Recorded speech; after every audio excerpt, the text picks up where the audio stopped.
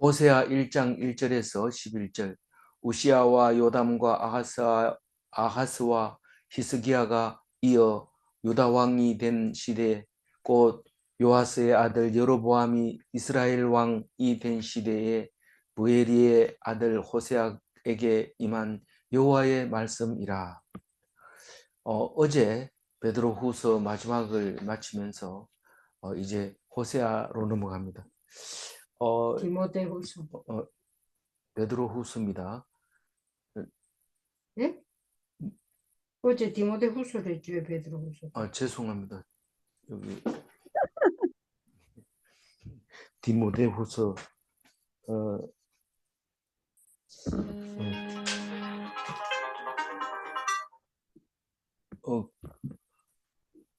거기에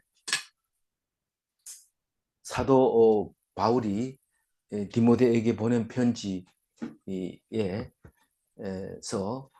우리는 이제 사형이 집행될 시간이 얼마 안 남았는데, 그렇게 내가 변명할 때 많이 옆에 있었던 사람들이 이제는 하나도 없다.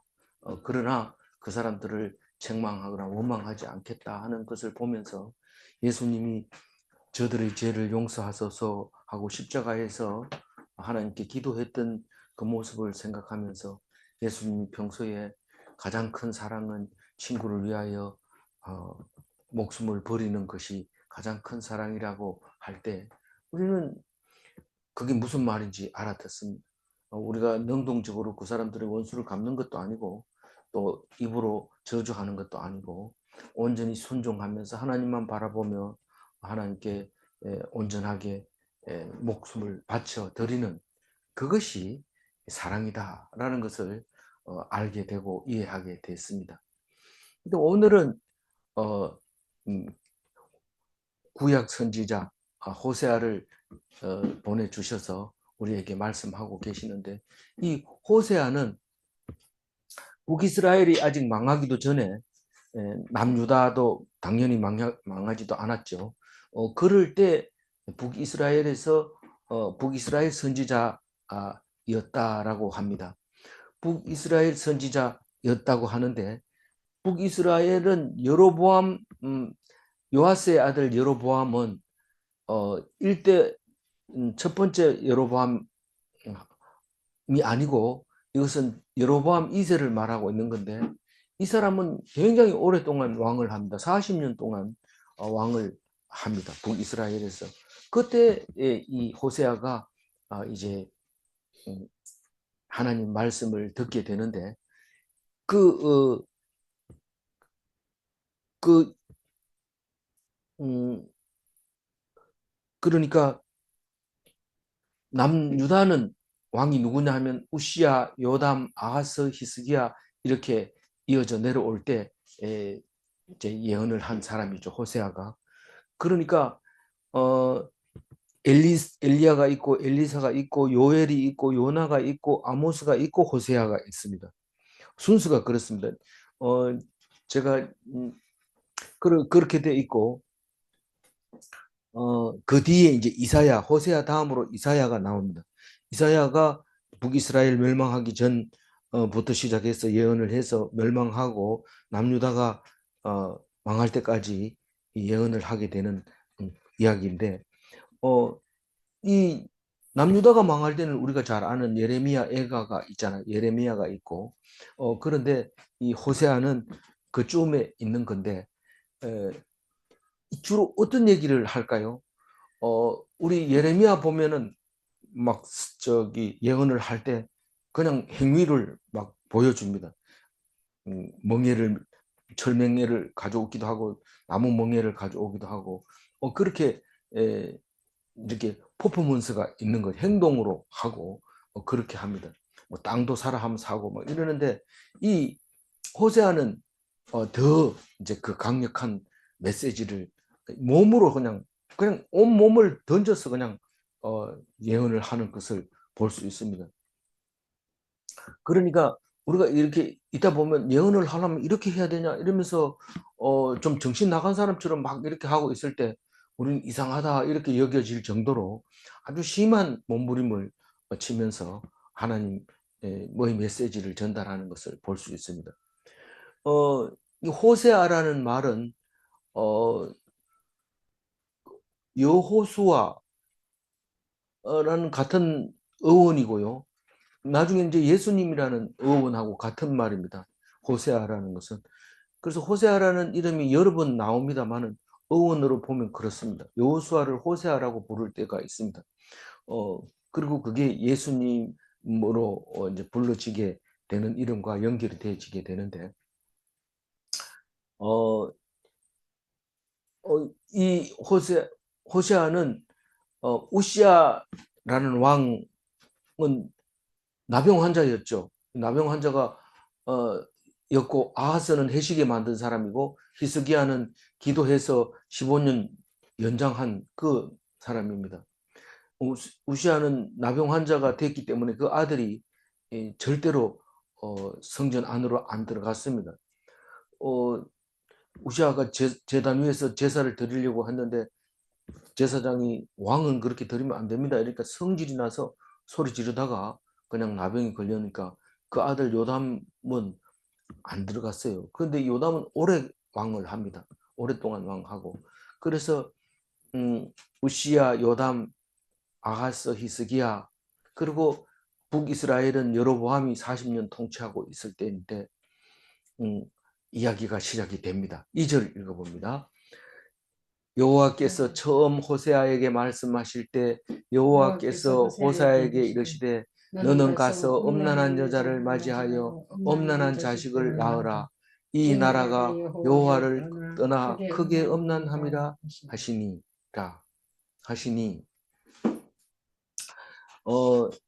그러니까 그 하나님이 호세아에게 말씀이 임했습니다. 이때는 계시라는 말을 잘 안 썼죠. 근데 이제 그 신약에 와서 계시라는 단어를 씁니다. 하나님이 직접 호세아에게 말합니다. 뭐 하나님은 호세아는 성령으로 받았는지 하나님이 직접 얘기했는지 어떻게 찾아왔는지 꿈속에 얘기했는지 잘 모릅니다. 어쨌거나 하나님이 호세아에게 말했습니다. 어떻게 알아요? 호세아가 믿는 믿음을 보고 알아요. 아, 저게 하나님 말씀해 있는 거 맞구나. 이런 걸 압니다. 나는 왜 하나님이 말씀 안 하십니까? 이렇게 때를 쓸 필요가 없어요. 그건 믿으면 하나님이 말씀하시고 그 사람이 하나님이 주신 그 말씀이 하나님의 말씀이라는 게 확신할 때 그때는 목숨 걸고 그 말씀을 지키면 음, 나도 그렇게 믿지만 딴 사람도 그것을 인정하게 되고 그것을 나중에 보면 하나님이 그 사람에게 말씀하셨다. 그렇게 분명하게 말할 수 있게 되는 겁니다. 호세아에게 뭐라고 얘기했냐면 너는 가서 음란한 여자를 맞이하여 음란한 자식을 낳아라. 이 음란한 여자를 맞이해서 깨끗한 자식을 낳아라. 이 말은 음란한 여자를 맞이해서 성질을 고쳐가지고 깨끗한 자식을 낳아라 이런 뜻이 아니고 음란한 상태로 그냥 놔두고 자식을 놓으면 당연히 음란하죠. 누구 아들인지도 모르고 그럼 키워야 됩니다. 이 음란한 여자를 아내로 맞이했을 경우에 그러라는 거예요. 그렇게 하면서 왜 그렇게 해야 돼요? 이렇게 물으니까 이 나라가 여호와를 떠나 크게 음란함을 함이니라 하시니 이렇게 얘기합니다.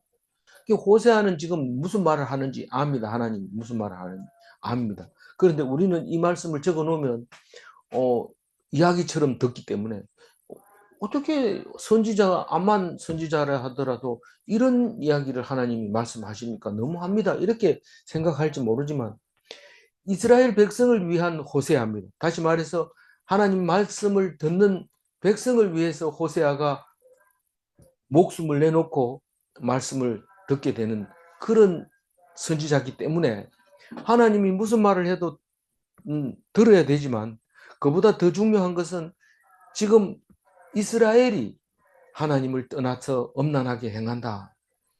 여호와 하나님하고 무슨 이스라엘 백성하고 결혼했습니까? 뭐 엄난하다고 합니까? 남편이 없는 여자는 무슨 짓을 해도 그건 엄난하다고 말할 수 없잖아요. 그것은 남편이 없으니까 남편이 있으면 엄난한 여자라는 게 확실하지만 남편이 없다 하더라도 아무 남자나 만나고 이렇게 하면 그건 음란한 겁니다. 남편이 없더라도. 근데 그 남편이 있는데도 계속 그렇게 하면 그건 뭐 변함없는 음란한 여자죠. 근데 그걸 맞아서 결혼을 해서 자식을 낳아라. 이렇게 얘기하면 음란한 여자하고 결혼하면 그게 결혼입니까? 그냥 관계하는 겁니까? 이럴 때 하나님은 분명히 결혼을 하라는 겁니다. 결혼하라. 왜냐하면 이스라엘 백성이 나하고 부부 사이였는데 지금 바람 피고 있다. 이제 그 얘기입니다. 언제 그 얘기했다고요? 사실 여로보암 2세 때는 북이스라엘이 최고의 전성기였어요.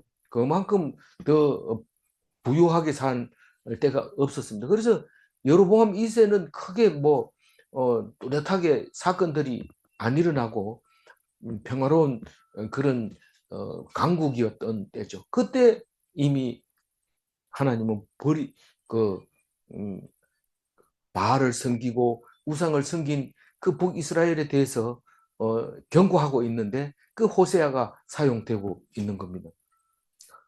그러니까 음란한 이스라엘을 보이기 위하여 우리는 자신의 얼굴을 잘 모릅니다. 그래서 자신의 얼굴을 보려면 거울을 딱 갖다 대야 되는데 이 거울이 바로 청동 거울이냐 아니면 유리로 만든 거울이냐 그게 아니라 이 호세아를 통해서 그 모습을 보면서 네가 왜 선지자가 왜 그렇게 바른 말을 안 하고 그렇게 음란한 여자하고 결혼해가지고 자식을 낳느냐 이럴 때 이스라엘 이 땅에 이스라엘이 이와 같다 하는 것을 말하려고 그런 거죠.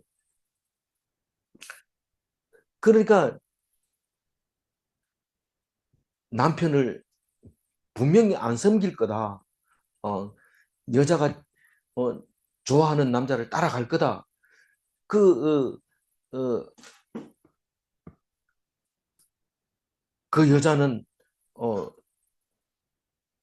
섬기지 않을 거라고 알지만은 그럼에도 불구하고 순종을 합니다. 그래서 그 자식들은 뭐가 됩니까? 음란한 자식을 놓으면 그 자식이 어떻게 됩니까? 부모의 음란한 모습을 보여줄 자식이 있어야 되니까 자식이 필요합니다. 그런데 사실은 자식을 통해서 이스라엘에게 강력한 메시지를 보내는 걸 볼 수 있습니다. 3절 읽어봅니다. 예, 그가 가서 디볼라임의 딸 디볼라임의 딸 고멜을 고멜을 맞이하였더니 맞이하였더니 고멜이 고멜이 임신하여 임신하여 아들을 아들을 낳았다. 낳으며 이해라는 것은 호세아가 하나님 말씀을 듣고 순종했다 그 말이 이해입니다. 그가 가서 이 말은 호세아가 가서라는 말은 명령을 받고 행동을 옮기기 위하여 발걸음을 옮길 때 그가 가서 이렇게 얘기합니다. 디볼라임의 딸 고멜을 맞이하였더니 고멜 고멜을 고멜은 그러니까 음란한 여자임이 분명합니다.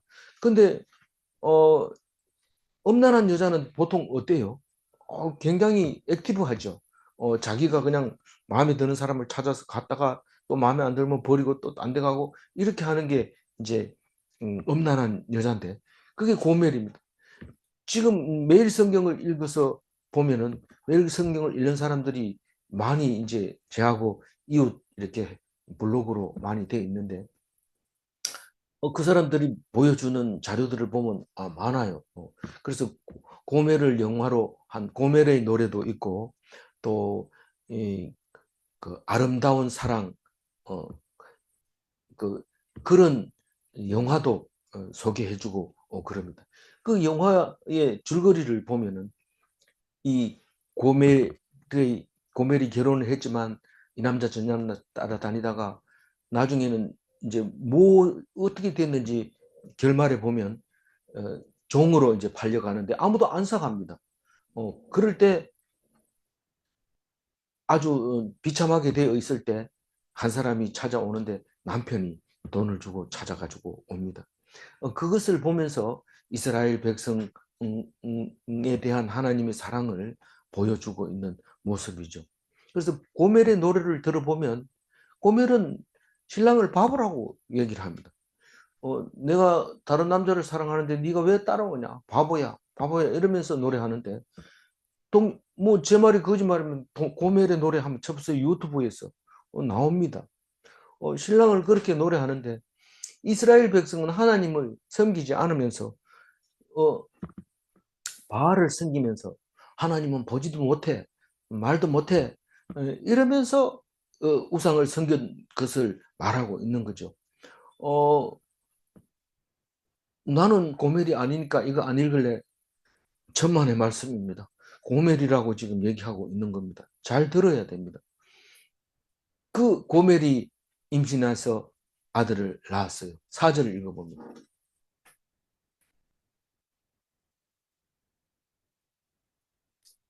여호와께서 호세아에게 이르시되 그의 이름을 이스라엘이라 하라. 조금 후에 내가 이스라엘의 피를 예후의 집에 갚으며 이스라엘 족속의 나라를 패할 것임이니라.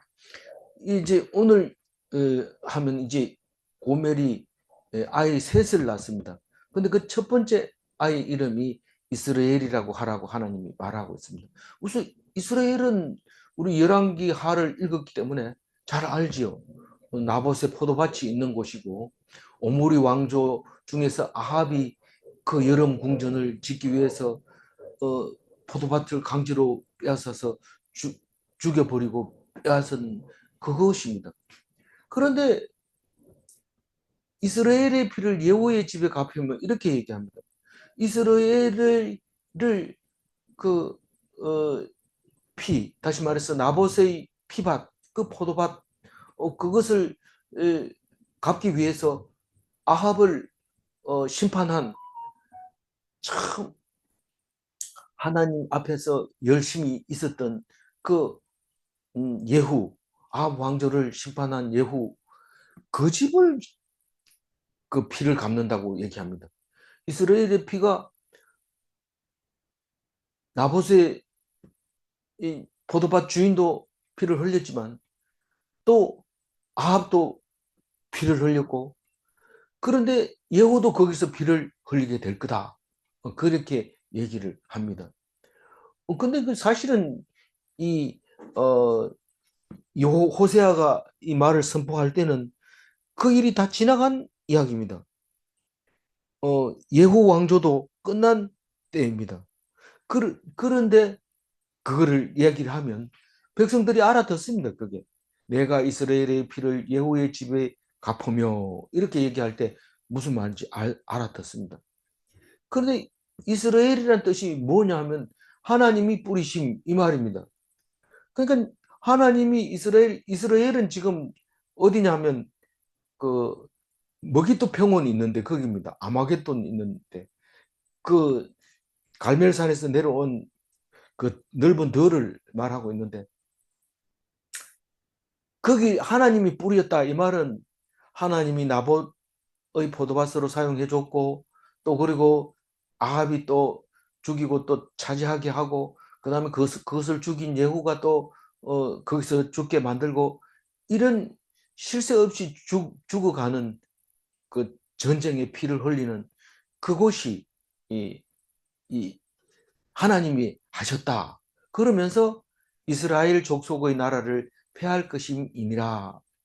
우리는 성경 읽을 때 이스라엘 자꾸 나와서 12지파를 말하고 있는 것 같은데 가끔 가다가 또 유다 이렇게 얘기 나옵니다. 그럴 때는 사실은 남유다, 북이스라엘 이런 게 딱 절반 나눠가지고 그런 것 같이 보이지만 이 남유다는 12지파 중에 한 지파입니다. 그러니까 사실 있어도 아웃사이더죠. 뭐 무슨 이야기를 해도 자꾸 아웃사이더입니다. 그러나 그 아웃사이더가 진짜 하나님의 뜻을 전달하는 그런 사람으로 남아 있게 되는데 그 이야기는 우리가 잘 알고 있잖아요. 그래서 인싸라고 해가지고 좋아할 게 아니라 아싸라도 아웃사이드에 있는다 하더라도 하나님께서 사랑하시는지 관찰해 봐야 되죠. 그래서 여기서 이스라엘 족속의 나라를 폐할 것임이니라 이럴 때는 남북을 다 합해서 얘기할 겁니다. 그러나 남유다를 빼버리고 얘기한다면 예후 왕조가 그 패망의 길을 가고 있었다. 이제 그런 얘기를 하고 있는 거죠. 그러니까 이제는 북이스라엘은 살아남기가 어렵다. 그 얘기를 하고 있습니다. 5절 읽어봅니다. 그 날에 내가 이스라엘 골짜기에서 이스라엘의 활을 꺾으리라 하시니라. 그날이라는 것은 북이스라엘이 멸망하는 날을 말하고 있는데 이스라엘 골짜기에서 이 말은 남유다를 포함해서 얘기하는 겁니다. 남유다는 사실 이스라엘 아마겟돈 전쟁에서 왕이 죽음으로써 사실상 남유다도 끝나게 됩니다. 그래서 그날 이 말은 멸망의 날, 내가 이스라엘 골짜기에서 전쟁의 골짜기에서 이스라엘의 활을 꺾으리라. 이스라엘은 이제 힘을 못 쓰게 될 거다. 무기가 있어도 아무 소용이 없게 되는 그날을 내가 주겠다. 그렇게 얘기를 합니다. 그러니까 이건 세속적으로 멸망하는 거라는 거죠. 세상적으로는 멸망하는 거지만 그 남유다는 다만 조금 늦게 멸망하는 것 뿐이지 멸망하는 것에 대해서 호세아가 얘기하고 있는 겁니다. 왜 세속적인 멸망이라고 굳이 얘기를 해야 됩니까? 나중에는 구원해 주니까요. 나중에는 구원해 주는 거 보면 땅은 회복이 안 됩니다. 땅은 회복이 안 되지만 하나님께서 내가 그 땅이 중요한 게 아니다. 그러면서 구원을 해 주는 겁니다. 그게 사랑이죠. 그러면서 6절 읽어봅니다. 고멜이 또 임신하여 딸을 낳음에 여호와께서 호세아에게 이르시되 그의 이름을 로루하마라 하라. 내가 다시는 이스라엘 족속을 긍휼히 여겨서 용서하지 아니할 것임이니라. 이 첫째 아들을 낳아서 이스라엘이라고, 둘째 딸을 낳아서 어, 로루하마라고 이름을 붙이라고 합니다. 로루하마라고 하는 것은 긍휼히 여김을 받지 못한 자라고 얘기를 합니다. 2장 1절에 가면 오늘 말고 내일 첫 절에 가면 로루하마라고 하면 긍휼을 여김을 받지 못한 자지만 루하마라고 하면 불쌍히 여김을 받는 자 이런 뜻입니다. 루하마라고 불러라. 회복이죠. 오늘 문장에서 끝나고 내일은 벌써 회복합니다. 오늘 끝에 가면 이제 회복하는 거죠. 근데 로루하마라고 하면 내가 긍휼히 여기지 않겠다. 사실은 딸은 긍휼함을 입어야 돼요. 불쌍히 여김을 받아야 돼요. 딸이 막 잘해가지고 남자처럼 막 잘 싸우고 남자처럼 막 이기고 이렇게 하면 딸의 불쌍히 여김을 받을 수가 없어요. 그런데 뭐 힘도 없고 뭐 이렇게 죽는 시험을 하면 그러면 불쌍히 여겨서 도와주죠. 근데 이 로루하마는 불쌍히 여김을 받지 못한 사람이 됐다. 이 말은 이스라엘 족속을 불쌍히 여기지 않고 용서하지 않고 그냥 멸망시켜 버리겠다 이 말입니다. 그런데 반전이 바로 일어납니다. 북이스라엘 722년에 망하고 남유다는 586년에 망하니까 나중에 망하는 거죠. 그렇지만 그건 용서하지 않을 것이다 이렇게 얘기합니다. 그러나 7절 읽어봅니다. 그러나 내가 유다 족속을 긍휼히 여겨 그들을 하나님 여호와로 구원하겠고 활과 칼이나 전쟁이나 말과 마병으로 구원하지 아니하리라 하시니 이 앞에서 얘기한 활을 꺾으리라 이 활로 싸우다가 이제는 끝에 가가지고는 활만 아니라 칼도 있고 어, 전쟁으로 말과 마병으로 그렇게 사용을 하게 되는 전쟁이 있었는데 그걸로 이겨서 구원하는 게 아니다. 이겨서 구원하는 게 아니고 다만 유다를 불쌍히 여겨서 겨우겨우 남겨두겠다. 겨우겨우가 얼마나 겨우겨우입니까? 그 3년 동안 포위해가지고 있으니까 아이를 삶아 먹을 정도로 극도로 어려움을 당하는 그러한 상황을 말하는 겁니다. 결국은 이제 양식이 다 떨어지니까 문이 열려서 남유다도 망하고 북이스라엘도 그런 고난을 겪었지만 결국은 망했고 남북이 다 망했습니다. 그러나 이 그 유다 족속을 불쌍히 여겨서 놔두겠다. 이 말은 12지파가 유다를 통해서 구원을 얻을 것이다. 그 얘기를 합니다. 그러니까 우리가 잘 아는 다윗의 후손으로 예수님을 보내주겠다. 그 얘기를 하고 있는데 7절은 그냥 읽어보면 다윗 유다가 좀 늦게 망할 것이다 이런 뜻인가요? 그런데 그 말은 맞지만 예언자의 말은 여기로 이렇게 봐도 해석이 되고 저렇게 해도 해석이 되도록 만들어져 있습니다. 8절 읽어봅니다. 고멜이 고멜이 로루하마를 젖된 후에 또 임신하여 아들을 낳으매 이제 세 번째 자식을 낳았는데 아들입니다. 근데 둘째 아들이죠. 근데 이름을 로암미라 하라 이럽니다. 로암미는 내 백성이 아니다 이런 뜻인데 2장 1절에 가면 압니다 이렇게 얘기합니다. 내 백성이다 이렇게 얘기를 하는 겁니다. 그러니까 금방 이랬다가 금방 이랬다가 이렇게 얘기하는데 우리는 부부끼리 하다 보면 음란한 짓을 하고 오면은 남편이 안 살아 이랬다가 아유 살 거다 이렇게 얘기를 합니다.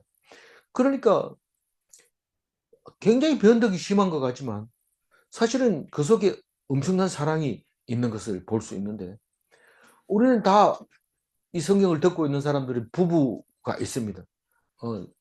그럴 때 이게 잘 이해가 안 갈 수 있지만 왜냐하면 이스라엘 백성이 이 소리 듣는다고 해가지고 마음이 헷가닥 돌아 아이고 잘못됐습니다 이러고 하나님만 섬길까요? 안 그렇습니다. 우리 부부도 마찬가지입니다. 이 말을 뻔히 알고 있으면서 알면서도 겉으로는 아닌 척 하는 거죠. 근데 얼굴 표정 보면 알아요. 반가우면 표정이 다르고 안 반가우면 표정이 다르잖아요. 그러니까 아는 알지만 나는 분명히 얘기했다 이 말입니다. 하나님 호세아를 보낸 이유는 내가 얘기했대. 내가 너한테 어떤 일이 생겨도 내 책임이 아니대. 그 얘기를 하고 있는 겁니다. 나중에 이제 죽을 고생을 하고 찾아온 남편을 너무 눈물을 흘리면서 봤는데 그 남편도 영화를 보면 눈물을 흘리고 있어요. 그 아내만 눈물을 흘리는 게 아니고. 그 하나님이 지금 울고 있다고 생각하면 우리가 울 때까지 기다려서는 안 됩니다. 하나님께 꼭 붙들려 있어야 됩니다. 이게 그냥 하는 소리가 아닙니다. 귀에 들리는 사람은 들어야 됩니다. 그래서 어, 그 구절을 읽어봅니다. 여호와께서 이르시되 그의 이름을 로암미라 하라. 너희는 내 백성이 아니요 나는 너희 하나님이 되지 아니할 것임이니라. 로함이라고 해놨어요. 그래서 나는 너희 하나님이 안 된다. 그러나 오늘 그러나 두 번 나오는데 앞에서는 안 된다 해놓고 그러나 된다. 또 그러나 해놓고 저기 하나님 백성이 안 된다 이래놓고 된다. 이렇게 얘기를 합니다.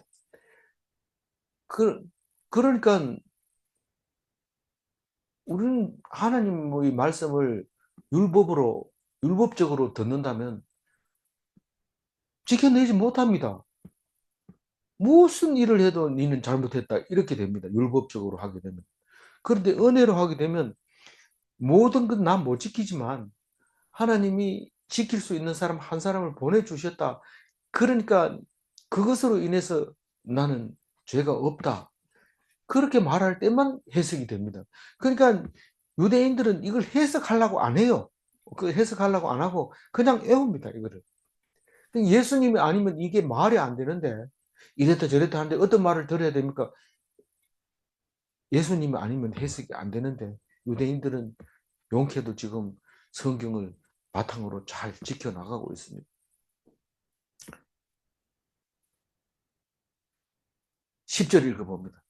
그러나 이스라엘 자손의 수가 바닷가의 모래같이 되어서 헤아릴 수도 없고 셀 수도 없을 것이며 전에 그들에게 이르기를 너희는 내 백성이 아니라 한 그곳에서 그들에게 이르기를 너희는 살아계신 하나님의 아들들이라 할 것이라. 내 백성이 아니라 이 말은 로암미라 하던 그곳인데 사실 다 망하고 없어요. 없는데 다 흩어져 가지고 이 성경을 딱 읽어봅니다. 그곳에서 너희는 내 백성이 아니라 한 그곳에서, 그게 어디입니까? 적과 꿀이 흐르는 가나안 땅에서, 지금 이스라엘 땅에서 그러잖아요. 내가 너희들은 내 백성이 아니라고 얘기를 하잖아요. 그래서 버렸다고 이랬잖아요. 그래서 다 흩어졌는데 그곳에 가서 하나님을 아들이라고 합니다. 그때는 백성도 아니고, 백성이 아니라 했으면 백성은 아닌데 그러는 한 아들이 된다는 거예요. 종 보다가 한 등급 높여가지고 아들을 만들어 버린다. 왜 그렇게 했어요? 이렇게 순차적으로 이렇게 성급하는 게 아니라, 백성으로 백성이 아니었다가 다시 아들로서 받아주는 놀라운 일인데, 그게 언제예요? 예수님이 와서 비로소 우리가 하나님을 아버지라고 부르면서 똑바로 가르쳐 줍니다. 예수님이 아버지라고 부르면서, 내가 부르려 해도 안 부르니까 내가 아들이다. 그러니까 안 부르던 사람이 아들이다 이러니까 이거는 신성 모독이다. 이래서 죽이게 되는 거죠. 근데 예수님이 그렇게 하나님의 아들이라고 그러고 얘기를 해도 안 듣습니다. 성경을 골라서 읽기 때문에 그렇습니다. 골라서. 요것만 골라서 읽으니까 율법주의가 돼버리는 거죠.